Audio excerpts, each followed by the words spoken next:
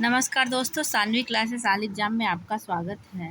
मैं विभा। आज हम क्लास 8 का भूगोल पाठ 4 भारत शक्ति के साधन का अध्ययन करते हैं, जो सभी प्रतियोगी परीक्षाओं के लिए बहुत ही महत्वपूर्ण है।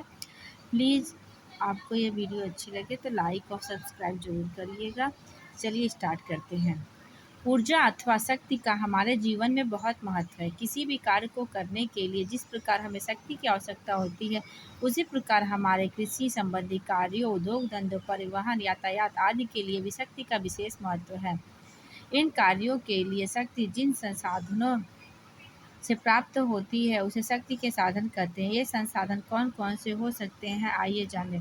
शक्ति के साधन: परंपरागत ऊर्जा और गैर परंपरागत ऊर्जा। परंपरागत ऊर्जा में आपका कोयला, पेट्रोलियम और प्राकृतिक गैस आते हैं। गैर परंपरागत ऊर्जा में आपके परमाणु, जल विद्युत, पवन, सौर, भूतापी, ज्वारी, बायोगैस आते हैं। कोयला कोयला एक खनिज पदार्थ है जिसे खानों से प्राप्त कर तापीय विद्युत गृहों तथा लौह इस्पात उत्पादन कारखानों आदि से ऊर्जा के रूप में प्रयोग किया जाता है। क्या आप जानते हैं कि यह कोयला कैसे बना? करोड़ों वर्ष पहले कोयले का निर्माण पेड़ पौधे के अपघटित होकर दलदलों में जमने से हुआ। गर्मी, दबाव और रासायनिक क्रियाओं आदि के फलस्वरूप जीवाश्म से कोयला एवं खनिज तेल बन गया। भारत में कोयला का विस्तृत भंडार है। कोयला 4 प्रकार का होता है: पीट, लिग्नाइट, बिटुमिनस और एंथ्रासाइट। भारत में कोयला क्षेत्र को मानचित्र संख्या 4.2 पर देखिए। बताइए कोयला क्षेत्र कहाँ कहाँ पाया जाता है। ये सब देख लेते हैं। ये पीट है, ये लिग्नाइट है, ये बिटुमिनस है और एंथ्रासाइट है।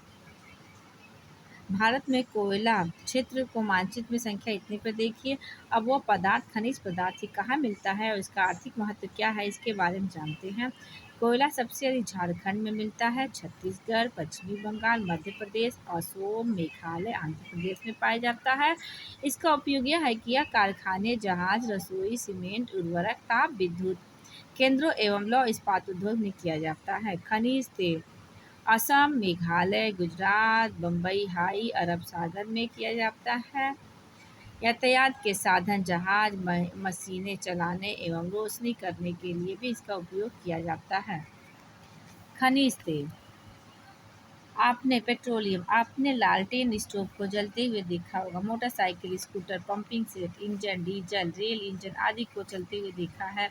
सोचिए और बताइए इनके इंजन कैसे चलते हैं। लालटेन स्टोव में भरकर कौन सा तेल जलते हैं?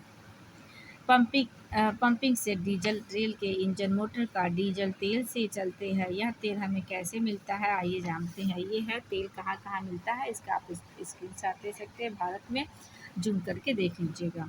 आपने ट्यूबवेल को देखा होगा। जिस प्रकार ट्यूबवेल बनाकर जल निकाला जाता है, जिससे पीने के लिए तथा सिंचाई के लिए हमें पानी मिलता है, उसी प्रकार तेल को भी मशीन की सहायता से निकाला जाता है। यह खनिज तेल औषधि सैलों के छिद्रों में पाया जाता है। खानों से निकले तेल को कच्ची तेल कहते हैं। खनिज तेल को पानी की तरह सीधे उपयोग नहीं कर सकते, इसलिए खनिज तेल को साफ करने के लिए शोधनशालाएं बनाई जाती हैं। प्राकृतिक गैस प्राकृतिक गैसें खनिज तेल, पेट्रोलियम के साथ ही कुओं के भीतर प्राप्त होती हैं। ज़्यादातर प्राकृतिक गैसें क्षेत्र स्थल एवं सागर महासागर के तली भाग में मिलते हैं। यह गैसें कुओं से मशीनों द्वारा निकाली जाती हैं। इनका उपयोग ऊर्जा के रूप में विभिन्न प्रकार से किया जाता है, जैसे गैस चूल्हा जलाने में, बिजली के उत्पादन में, मोटर इंजन चलाने में आदि।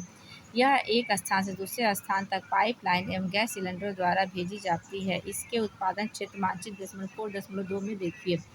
कोयला, पेट्रोलियम और प्राकृतिक गैस जैसे जीवाश्म शक्ति के साधन हैं, जो अनवीनीकरणीय है, यानी इसका पुनः हम उत्पादन नहीं कर सकते। इसे अनवीनीकरण भी संसाधन करते हैं और परंपरागत संसाधन भी करते हैं। इसका अधिक उपयोग करने से निकट भविष्य में इसके समाप्त हो जाने की समस्या रहती है। अतः इसे शक्ति के वैकल्पिक साधनों को अधिक से अधिक प्रयोग सुनिश्चित करना होगा।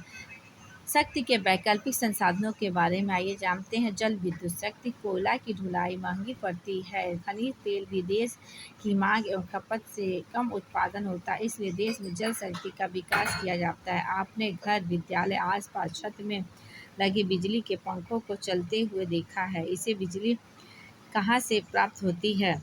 आइए जानते हैं। पहाड़ी एवं उच्च पठारी क्षेत्रों में नदी पर बांध बनाकर पानी को एकत्र किया जाता है। बांध के नीचे बड़े बड़े पावर हाउस बनाकर जल विद्युत ऊर्जा उत्पन्न की जाती है। पावर हाउस कैसे बनता है? बांध के नीचे बड़े बड़े पंखे लगाकर उस पर जल को गिराया जाता है। जल विद्युत उत्पादन के लिए टरबाइन की धुरी को पंखों से जोड़ दिया जाता है। पंखों पर जल धारा गिरने से पंखे घूमने लगते हैं। पंखे जितनी तेजी से चलेंगे बिजली उतनी ही अधिक पैदा होगी, क्योंकि इन पंखों की धुरी से बिजली पैदा करने वाली मशीन का संबंध है। इस प्रकार उत्पन्न विद्युत को जल विद्युत कहते हैं। चित्र 4.3 पर हीराकुंड ओडिशा में नागार्जुन सागर, रिहंद, भाखरा, नागर, दामोदर, बारामूला, मयूराक्षी आदि बांधों की स्थिति देखिए। अभी हम दिखाते हैं आपको बिजली की आवश्यकता। कल कारखानों, घरेलू उद्योग धंधों एवं घरेलू उपयोग के अतिरिक्त बिजली का उपयोग और कहाँ होता है, ये आप सोचकर बताइएगा। परमाणु ऊर्जा वैकल्पिक ऊर्जा का एक अन्य प्रमुख स्रोत परमाणु ऊर्जा है। इस ऊर्जा को हम परमाणु नाभिक के विखंडन से प्राप्त करते हैं। ये क्वेश्चन पूछता है कि परमाणु ऊर्जा कैसे प्राप्त होता है, तो परमाणु नाभिक के विखंडन से प्राप्त होता है। इसे परमाणु ऊर्जा कहते हैं। परमाणु ऊर्जा की महत्वपूर्ण स्रोत है यूरेनियम, थोरियम जैसे आणविक खनिज है। हमारे देश में झारखंड, मेघालय, तेलंगाना, आंध्र प्रदेश, राजस्थान में यूरेनियम के भंडार हैं। यूरेनियम के भंडार कहाँ पाए जाते हैं, ये भी इम्पॉर्टेंट है। केरल के तट पर मोनाजाइट बालू से थोरियम प्राप्त होता है, जिसे अणु शक्ति बनाने में उपयोग किया जाता है। भारत में शांतिपूर्ण प्रयोग के लिए परमाणु ऊर्जा कार्यक्रम की शुरुआत 10 अगस्त 1948 को परमाणु ऊर्जा आयोग की स्थापना की गई और भारतीय वैज्ञानिक होमी जहांगीर भाभा के निर्देश में 1954 में परमाणु ऊर्जा विभाग की स्थापना की गई और परमाणु शक्ति के विकास में भारत के पूर्व राष्ट्रपति एवं वैज्ञानिक APJ अब्दुल कलाम का बहुत ही अधिक योगदान है। सौर ऊर्जा सूर्य से प्राप्त होने वाली ऊष्मा से जो शक्ति प्राप्त होती है उसे सौर ऊर्जा कहते हैं। सौर ऊर्जा प्राप्त करने के लिए सोलर सेल लगाए जाते हैं। हम सौर ऊर्जा से solar cooker, solar light, solar heater आदि चलाते हैं। स्वच्छ ऊर्जा का स्रोत है।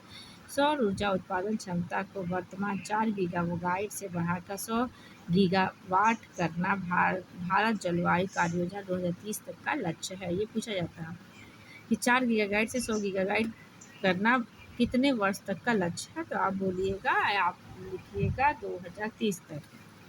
पवन ऊर्जा भारत के सागर तटवर्ती क्षेत्रों तथा नदियों के किनारों के भागों में जहाँ तेज और लगातार हवाएं चलती हैं, वहाँ पवन चक्कियों के समूह बनाकर पवन ऊर्जा का प्रयोग किया जाता है। भारत में पवन ऊर्जा के उत्पादन में तमिलनाडु अग्रणी राज्य है।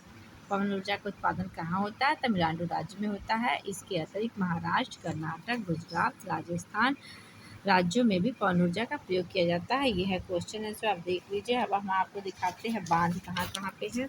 ये इंडिया का मैप है, आप इसे स्क्रीनशॉट ले सकते हैं। अगर आपको वीडियो अच्छा लगे तो प्लीज़ लाइक और सब्सक्राइब जरूर कीजिएगा। धन्यवाद।